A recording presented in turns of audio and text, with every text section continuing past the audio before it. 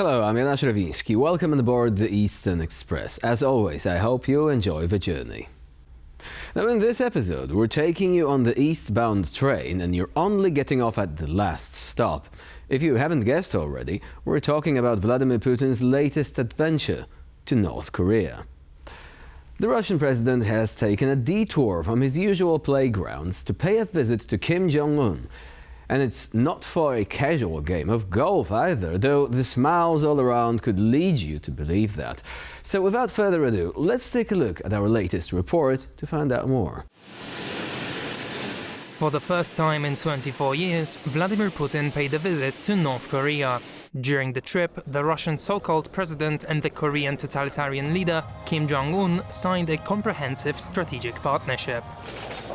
The two leaders, both of whom are becoming increasingly isolated on the international stage, exchanged pleasantries before signing the new partnership agreement amid accusations that North Korea is supplying Moscow with weapons and ammunition for its ongoing war in Ukraine.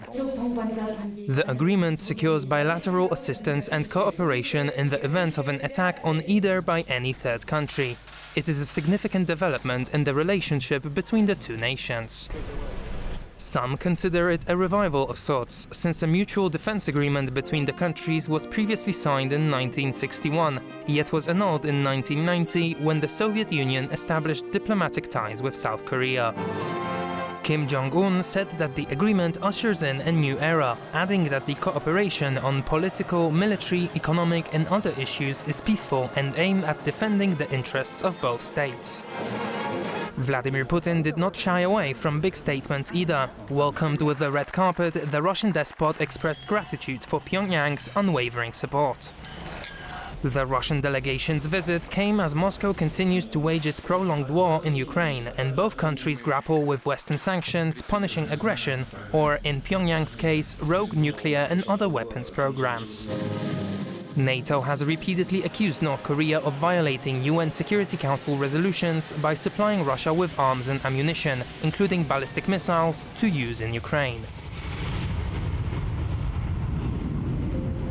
And now we're zooming in on Pyongyang to get a more detailed look on the story.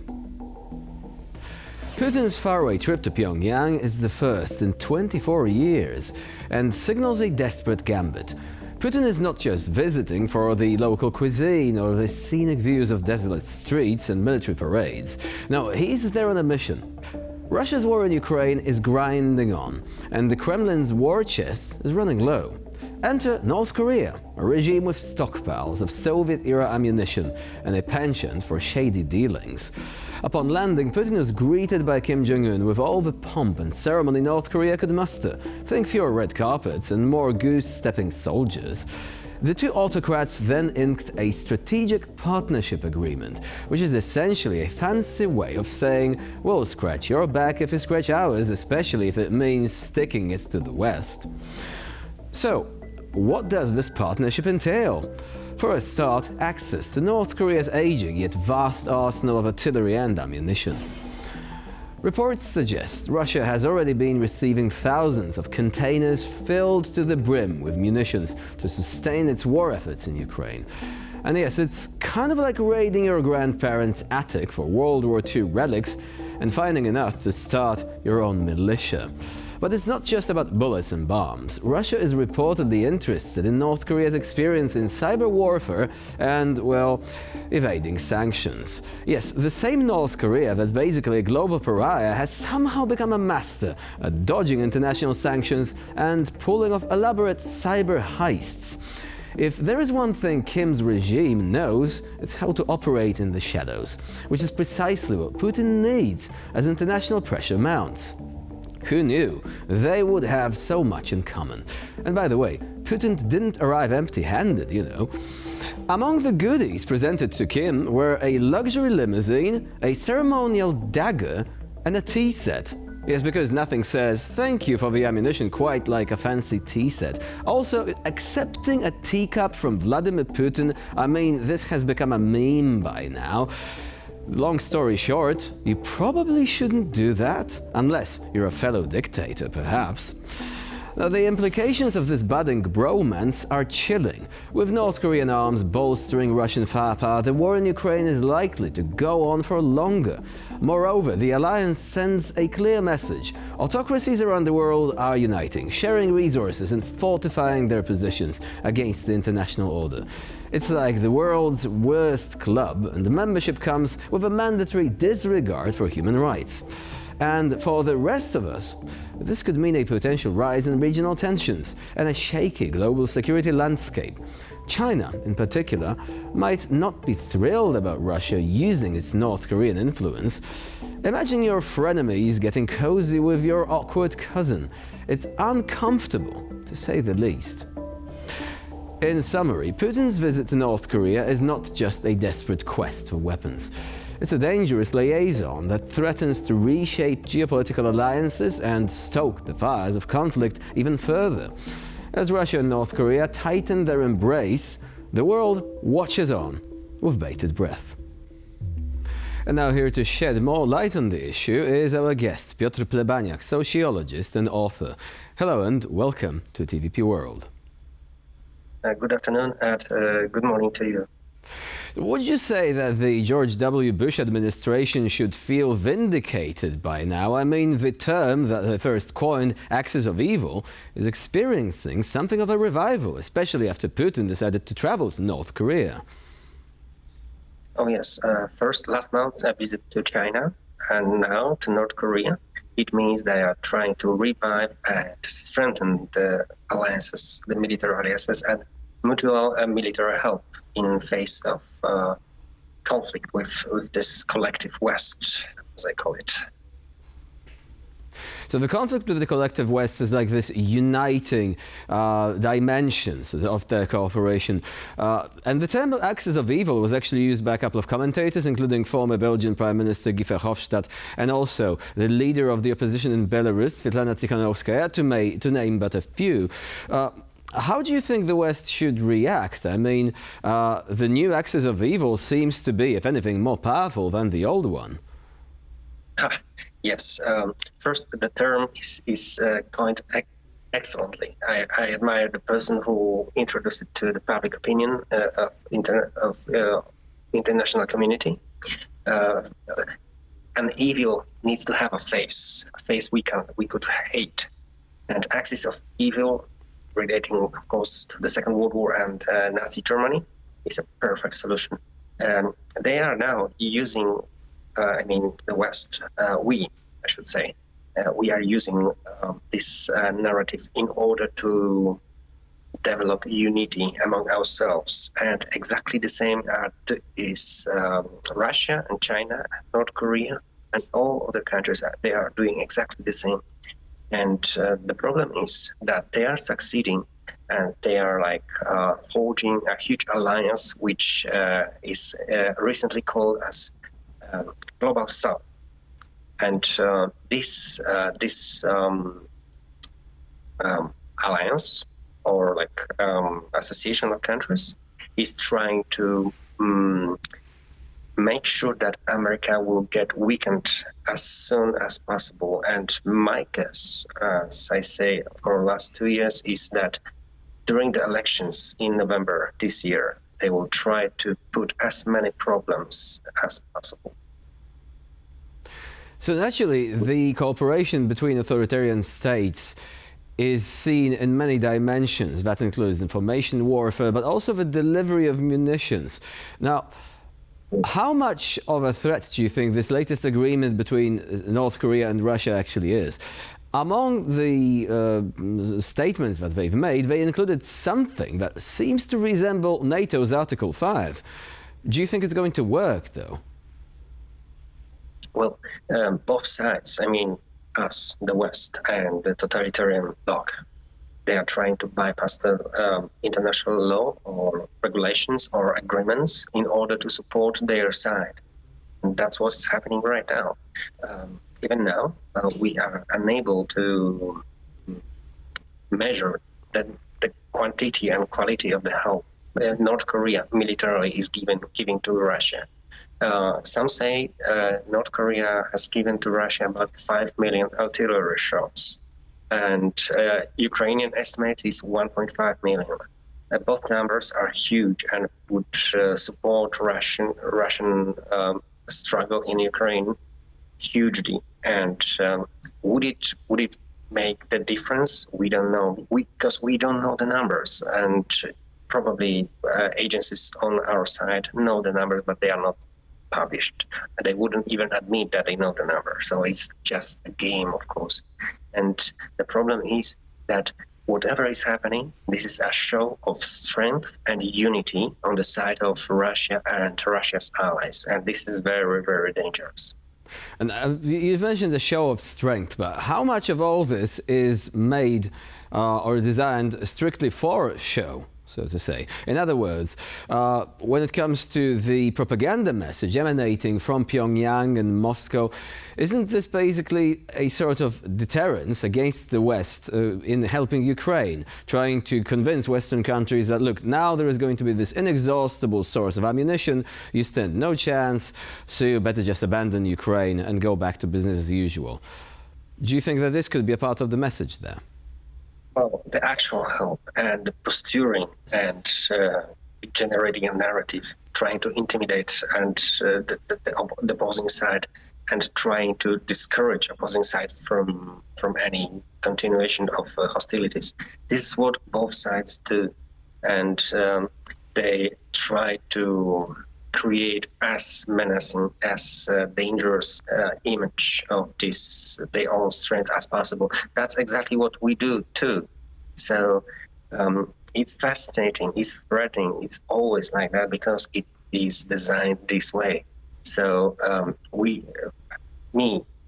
I do hope that our services who are responsible for waging this proxy war in Ukraine and waging confrontations between us, the Western world, and the totalitarian states, I do hope that we know the real numbers, we know the real situation, and we will be able to act accordingly. So we laymen, like normal people like you and me, we will never learn the actual situation. That's for sure. You mentioned a proxy war. Are you referring to Russia's operations in Ukraine, or even as someone that has jokingly remarked that it's North Korea that's waging a proxy war with using Russia as a proxy? But coming back to the more serious side, because this term has also been used by Russians, suggesting that it is the West that uses Ukraine, and that Ukraine would have come to a negotiated agreement faster if it wasn't for the West that was belligerent and was waging and is waging a proxy war against Russia. So let's just, just to make it clear in which way you're referring to this particular term. Basically, I need to use some terms, of course, and when describing the situation, but the problem is it's better not to. Yes, there's a famous adage saying like the language is blinding you away from the reality. So in my own considerations, I try to use names and descriptions interchangeably. This way, I do hope that I'm succeeding with seeing the situation as impartially as possible. Of course, the perfect, like the clearest possible view is not even possible. That's like a contradiction in terms, but still, we basically are unable to decide what kind of word we should use, because this is so-called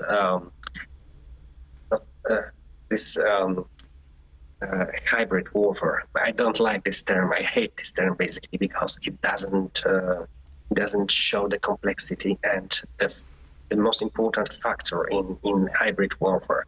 It means that it's non-linear warfare. It means that it is not possible to draw a straight line on which there will be, on one side would be the enemy and on the other side would be us. So that's why we say that during the hybrid warfare, there are like evil actors acting on our side. This is like agents proliferating contradicting narrative, contradicting to our geopolitical needs and interests. So basically, in one sentence, the narrative are so complex and so non-homogeneous that I restrain myself from saying anything to describe who is fighting with whom. Speaking of the question of who is fighting with whom and who benefits from it, what's China's position here? Because we know that China wanted to position itself as something of a mediator, yet many of its actions indicate at least a tacit support for Russia. How is this budding bromance between Putin and Kim Jong-un likely to be received in Beijing? Well, now I must quote a very famous story to be found in ancient military treaties of China. They say if you want to hunt a tiger, if you want to kill a tiger, just observe two tigers fighting each other, and then after one is dead, the other one is severely wounded usually, and then it's very easy to kill the tiger. So using this logic, of course, I don't know. I can just guess that Chinese decision makers are exceptionally happy about Russia's problems, because while they are aligned in order to overpower America's strength and try to subvert the Pax Americana, the global order controlled by Americans. However, between those two states, Russia and China, Russia has the resources, crude oil and natural gas, which China covers. China needs it for survival and to secure their existence in case Americans will try to cut off China from sources of crude oil from Middle East. So China is very, very happy that Russia is weak. So they need to balance, Chinese, they need to balance, help Russia so that Russia will not lose the war with the West. And second, make Russia as weak as possible in order to gain better terms in any deals about energy. So the attritional nature of warfare is actually playing into China's hands. And one final question, what is the current relation between North Korea and China? Is it likely that China is also somehow benefiting from this part of the alliance? Well, in my opinion, and I wrote it in my book, which will soon be translated into English, so I'm not giving the title yet, but the only purpose North Korea is useful to China is that this is a tool of communicating and messaging to the United States content which China could not say directly to America. So China has a great tool of spooking Western decision makers, like asking North Korea to do some military exercise, like shooting rockets very close to the border to the South Korea.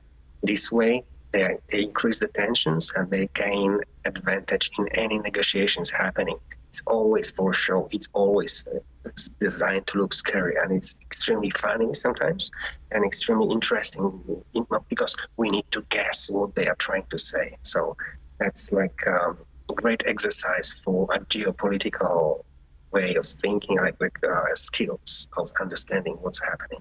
So in other words, it's non-verbal communication using missiles and weapons deliveries and other such shenanigans. And of course, it makes for a very interesting dynamic in the region. Piotr Plebaniak was our guest today here on TVP World. Thank you very much for joining us and for sharing your expertise. Thank you very much for having me. And now it's time for Eastern News Flash, a curated selection of all the other stories from the East that you really don't want to miss. According to German security officials, Russia is increasingly resorting to blackmail and financial incentives to hire Germans for espionage purposes. The development occurs after the expulsion of over 600 Russian diplomats from European embassies since the outbreak of Moscow's full-scale invasion of Ukraine. German authorities claim that Russian intelligence services are spending big money on recruiting in Germany, despite attempts by the West to restrict the Kremlin's espionage capabilities since the beginning of Moscow's invasion of Ukraine. Two German citizens who were charged with treason last August for spying for Russia were paid an estimated 400,000 euros each for their services. Particularly vulnerable to targeting by the Russian security services were Germans living in or traveling regularly to Russia, including German diplomats who could easily be exposed to blackmail attempts. NATO, of which Germany is a member, repeated its concerns about Russian espionage this month and called for tougher action in response to what it said was an organized campaign of hostile activities, including sabotage and cyber attacks. Excellent. Russia has moved the vast majority of its ground forces previously stationed near Finland to the front in Ukraine. These reports contradict previous Russian assurances that it would reinforce its troops near the border with Finland in response to the Nordic country's accession into NATO. The restationing applies mainly to land forces, since the air defense, air force and navy remain relatively well staffed. Some point to this as a sign that NATO aspirations were never Russia's real issue when it came to its invasion of Ukraine. If the Kremlin was afraid of NATO, Russian soldiers would have stayed on the border with Finland. After Russian troops suffered heavy losses in Ukraine, Moscow implemented a partial mobilization within the country's population in order to replenish the ranks of the army. Many NATO officials have warned that its member states should prepare for the possibility of an open confrontation with Russia in the coming years. Finnish intelligence estimates that it could take 3 to 5 years for Russia to rebuild its forces after losses suffered in Ukraine. Documents were published online which may confirm what kind of weapons Belarus sent to Azerbaijan prior to its 2020 war over Nagorno-Karabakh. The trade took place despite the fact that Belarus and Armenia are allies within the Collective Security Treaty Organization, a Moscow-led military bloc. Armenian Prime Minister Nikol Pashinyan had previously accused Belarus of arming Azerbaijan's military, Armenia's biggest adversary in the region. What is more, despite the fact that Armenia and Belarus are both member states of the Collective Security Treaty Organization, Lukashenko elected to militarily support Azerbaijan, a country which is not within the ranks of the alliance. PM Pashinyan said that Yerevan is preparing to leave the CSTO and that he himself will never go to Belarus as long as Alexander Lukashenko remains president or until the country apologizes to the Armenian people. Armenia summoned its ambassador in Minsk for consultations, while Belarus recalled its one from Yerevan. And for this episode of Eastern Express, it's the end of the line. Please stay with us here on TVP World for more latest news and updates.